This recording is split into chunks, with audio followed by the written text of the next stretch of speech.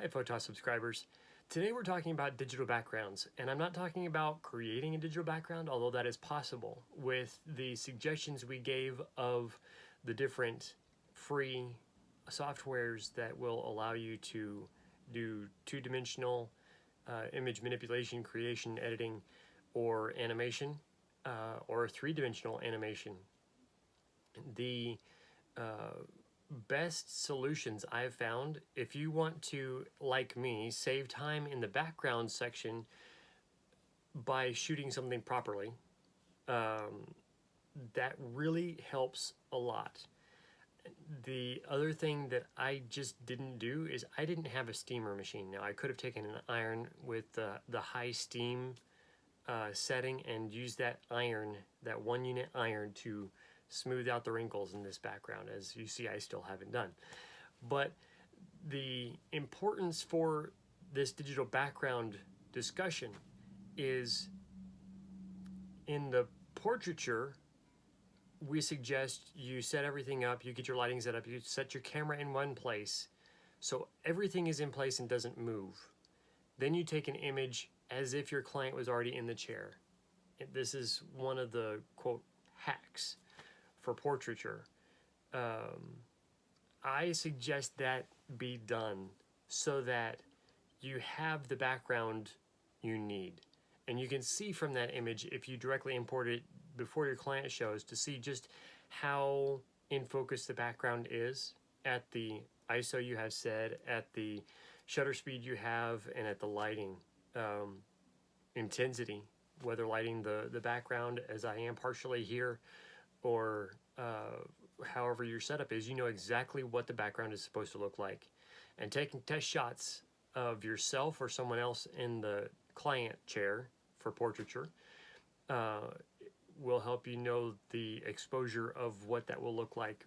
But for the background, if you get a shot of the background without anyone sitting in the client chair, you have the optimal background that you can now use, because you don't have to clone out a client, you don't have to create the background behind where the client is, and now you can do whatever you need to make that background look as it should have been, steamed, whatever it is.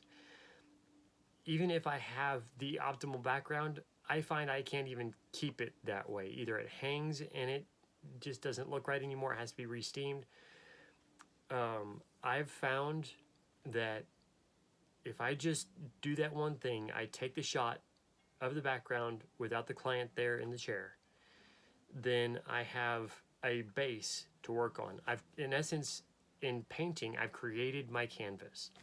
And now with that canvas set up, I can and have the opportunity to do whatever needs to be done. I can smooth any wrinkles out in the major falling of the fabric direction, and major, I'm going to call them, kind of a major, not wrinkles, but they're kind of wavy, falling, natural type of major flow in that regard. So the background has been created from a real image and just smoothed in an image editor, so that the background can be dropped in behind almost anything.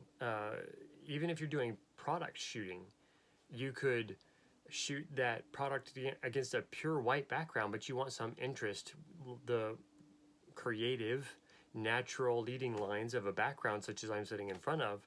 You could drop that sort of thing in after it's been smoothed and lit the way that you want it to be, creating a visual interest for that product that you're shooting. The product is only enhanced by such a background, it's not changed, and it may even give a better presentation to the product. And so that's how the background, as we've discussed, can be the benefit and the item edited, instead of trying to edit a portrait in post, where it would have been helpful to have a background that didn't have to have anything cloned out. So I hope this background as an edited background helps and makes sense. Thank y'all so much for watching. Please subscribe, click like on this video, and comment down below of anything that you found helpful or other things that you would like to discuss or have discussed here on the video channel. Thank you so much for watching. Bye-bye.